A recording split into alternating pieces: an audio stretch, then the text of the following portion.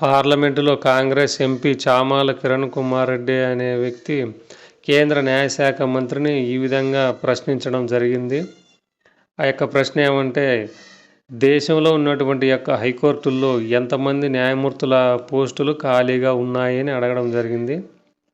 దానికి గాను కేంద్ర న్యాయశాఖ మంత్రి అర్జున్ రామ్ మేఘవాల్ గారు ఈ విధంగా సమాధానం చెప్పారు. దేశంలో ఉన్నటువంటి యొక్క 25 హైకోర్టుల్లో 1114 మంది న్యాయమూర్తులు కావాల్సి ఉందని, కేవలం 755 మంది మాత్రమే ఉన్నారని, ఇంకా 359 మంది కావాల్సి ఉంది అని చెప్పడం జరిగింది. అలాగే ఆంధ్రప్రదేశ్ హైకోర్టు 9 మంది న్యాయమూర్తుల పోస్టులు ఖాళీగా ఉన్నాయని, ఆంధ్రప్రదేశ్ జిల్లాల్లోని జిల్లా సబార్డినేట్ కోర్టుల్లో 74 మంది జ్యుడిషియల్ అధికారులు కూడా కావాల్సి ఉందని కేంద్ర న్యాయశాఖ మంత్రి గారు లిఖితపూర్వకంగా ఈ యొక్క సమాధానం చెప్పడం అనేటువంటిది జరిగిందండి.